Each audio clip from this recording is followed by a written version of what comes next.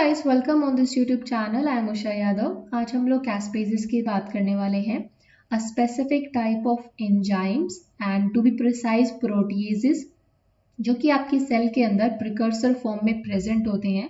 और इनका काम क्या है कि जैसे ही ये प्रोकैस्पेज एक्टिव होंगे, कैस्पेज में कन्वर्ट होंगे, ये सेल की एपोप्टोसिस जैसे फिनोमिना को प्रमोट करेंगे। ठीक है, अब एंजाइम है तो कोई ना कोई स्पेसिफिसिटी शो कर ही रहा होगा। तो कैस्पेसेज की जब हम बात करते हैं, these are cysteine aspartate specific proteases. Proteases मतलब ये प्रोटीन का डिग्रेडेशन करा रहे हैं, प्रोटीन का क्लीवेज करा रहे हैं और बहुत ही स्पेसिफिक मैनर में क्योंकि ये काम करते हैं। इनकी फंक्शनैलिटी डिपेंड करती है, इनकी कैटालिटिक एक्टिविटी जो है वो सिस्टीन और एस्पार्टेट रेजिड्यू पर डिपेंड करती है। यानी कि ये क्लीव कहाँ पर करने वाले हैं, ये जब भी किसी पेप्टाइड चेन को क्लीव करेंगे तो ये सिस्टीन रेजिड्यू के बॉन्ड को क्लीव करेंगे, लेकिन वो सिस्टीन रेजिड्यू भी हमारा कैसा होगा, एस्पार्टिक एसिड के साथ होना चाहिए। यानी कि इनकी जो कैटालिटिक एक्टिविटी होती है वो सिस्टीन रेजिड्यू के ऊपर डिपेंडेंट है। Only after certain aspartic acid residue अगर वो प्रेजेंट है, यानी कि एस्पार्टिक एसिड के साथ अगर वो प्रेजेंट है, तभी ये क्लीव करते हैं। तो ये बहुत ही प्रिसाइज मैनर में काम करेंगे। सेल के अंदर इनकी प्रिकर्सर फॉर्म प्रेजेंट होती है। प्रिकर्सर फॉर्म आप देख सकते हो कि इनकी प्रिकर्सर फॉर्म में आपको क्या क्या देखने को मिलेगा कि इनके एन टर्मिनल एंड के ऊपर अमीनो ग्रुप प्रेजेंट है। यहाँ इनका सी टर्मिनल एंड है जहाँ कार्बोक्सिल ग्रुप प्रेजेंट है। बीच में इनके क्लीवेज साइट प्रेजेंट होती है। जब इनमें हमारा एक्टिवेशन कराना होता है तो इनके जो प्रोडोमियन है वो यहाँ से रिमूव हो जाते हैं और इन प्रोडोमियन की रिमूवल के बाद ही ये एक्टिव कैस्पेज में कन्वर्ट होता है। एक्टिव कैस्पेज के अंदर आपको दो यूनिट देखने को मिलेंगी, एक लार्ज सब यूनिट होगी और हमारे पास स्मॉल सब यूनिट प्रेजेंट होगी। ठीक है, और जैसे ही ये एक्टिव होते हैं इनका हमें एपोप्टोसिस में रोल देखने को मिलता है। अब क्या क्या रोल हमें एपोप्टोसिस में देखने को मिलेगा, कैस्पेसेस जैसे ही हमारे कट होंगे ये सराउंडिंग सेल को क्लीव कर सकते हैं, साइटोस्केलेटल सिस्टम को रीऑर्गेनाइज करेंगे, डीएनए रेप्लिकेशन एंड जो रिपेयर सिस्टम है उसको शट डाउन कर देते हैं, क्योंकि इनको एपोप्टोसिस कराना है ना, तो वो सारी एक्टिविटी जो डीएनए जो हमारी सेल एपोप्टोसिस को प्रमोट कर सकती है उन सभी एक्टिविटी को कैस्पेसेस प्रमोट कर सकते हैं। स्प्लाइसिंग को ये इंटरप्ट करेंगे, डीएनए का डिग्रेडेशन और डिस्ट्रॉय कराएंगे, न्यूक्लियर स्ट्रक्चर को ये डिस्टर्ब कर देते हैं, फेगोसाइटोसिस को ये प्रमोट करते हैं और जो एपोप्टोटिक बॉडी है उनका फॉर्मेशन कराना ही इनका काम है। यानी कि कैस्पेसिस का अगर एक्टिवेशन हुआ तो कुछ इस तरीके की एक्टिविटी आपको सेल के अंदर देखने को मिलेगी। इसलिए हम क्या देखते हैं कि सेल के अंदर चाहे वो न्यूक्लियर के अंदर रिसाइड करें चाहे वो साइटोसोल में रिसाइड करें, बट इनकी प्रोकैस्पेसिस फॉर्म ही हमें देखने को मिलती है। अब अगर कैस्पेसेस को उनकी फंक्शनैलिटी के बिहाफ पर हम लोग डिवाइड करना चाहें तो हमारी सेल के पास तीन तरीके के कैस्पेसेस प्रेजेंट होते हैं। कैस्पेसेस है क्या, एंजाइम्स है। तो तीन तरीके के कैस्पेसेस प्रेजेंट है। पहले जिनको हम लोग इनिशिएटर कैस्पेस कह रहे हैं। इनिशिएटर क्यों, क्योंकि हमने अभी एपोप्टोसिस की बात करी, तो एपोप्टोसिस को इनिशिएट करने वाले कैस्पेस को हमने इनिशिएटर कैस्पेसेस बोल दिया। फिर हमारे पास है इफेक्टर कैस्पेसेस। इफेक्टर कैस्पेसेस यानी कि एपोप्टोसिस जैसा इफेक्ट सेल के अंदर जिन कैस्पेस की वजह से क्रिएट हो रहा है उनको हमने इफेक्टर कैस्पेसेस कर दिया। जैसे इफेक्टर कैस्पेसेस बनेंगे सेल के अंदर ब्रेकडाउन देखने को मिलेगा, सेलुलर स्ट्रक्चर की डिफॉर्मिटी आपको देखने को मिलेगी। इनिशिएटर कैस्पेस का बेसिकली काम क्या है, डेथ कॉम्प्लेक्स की फॉर्मेशन करना। अब बात करते हैं थर्ड कैटेगरी की, जिसे हम कहते हैं इन्फ्लामेटरी कैस्पेसेस। देखो, जब भी कोई सेल आपकी कैस्पेसेस एक्टिवेट करती है, यानी कि सेल एपोप्टोसिस के लिए जा रही है, तो उस कंडीशन में हमारी सेल के अंदर कुछ इन्फ्लामेटरी कैस्पेसेस भी एक्टिवेट होते हैं।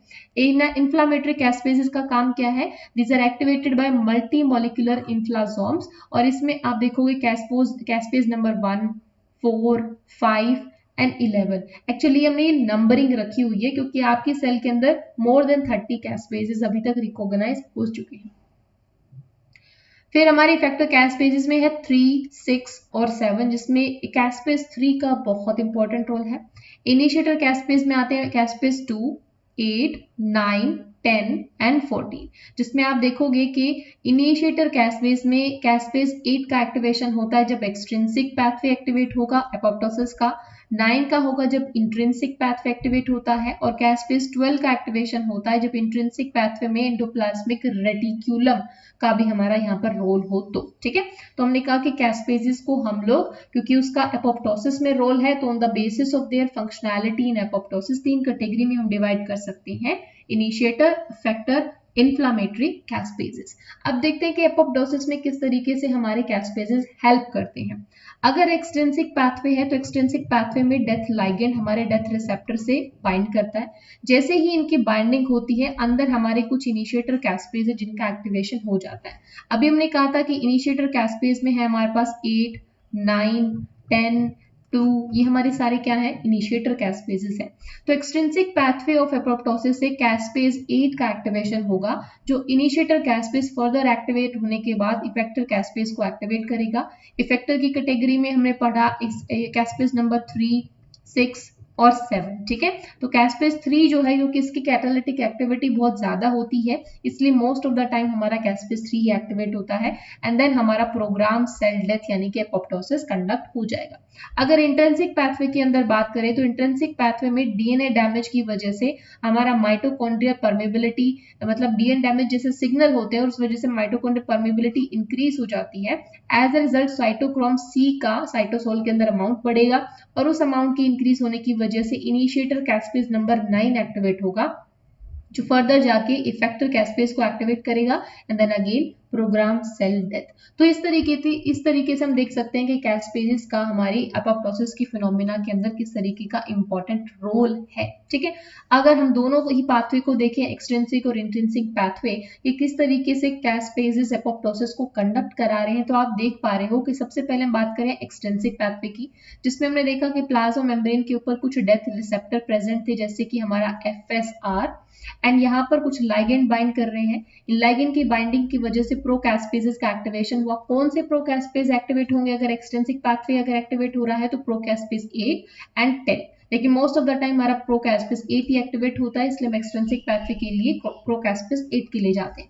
प्रोकैस्पेज 8 जैसे ही एक्टिवेट होता है, ये दो काम करता है। पहला, एक बिड प्रोटीन जिसे हम लोग प्रो एपोप्टोटिक प्रोटीन भी कहते हैं, इस प्रो एपोप्टोटिक प्रोटीन का एक्टिवेशन कराएगा, प्लस ये कैस्पेज प्रोकैस्पेज 3 को कन्वर्ट करेगा कैस्पेज 3 में। तो कैस्पेज 3 और कैस्पेज 7 आपको पता है ये हमारे क्या है, एग्जीक्यूशनर या इफेक्टर कैस्पेजेस होते हैं। इनके एक्टिवेशन के बाद एपोप्टोसिस कंडक्ट हो जाएगा। बिड हमारा जाके क्या काम करता है, बिड कन्वर्ट होता है टी बिड में, और टी बिड हमारा जाके काम करेगा माइटोकॉन्ड्रिया के ऊपर, और माइटोकॉन्ड्रिया में माइटोकॉन्ड्रिया की परमेबिलिटी को ये इंक्रीज कर देता है। As a result cytochrome release होगा। ये साइटोक्रोम कैस्पेज 9 के साथ मिलके एपोप्टोसोम बनाएगा, और इस एपोप्टोसोम बनने के बाद हमारे पास वापस क्या होगा, कैस्पेज 3 और 7 का एक्टिवेशन होगा, जो अगेन एपोप्टोसिस को प्रमोट करेगा। तो इस तरीके से हम देख रहे हैं कि कैसे कैस्पेज डिपेंडेंट हमारा एपोप्टोसिस सेल के अंदर कंडक्ट होता है।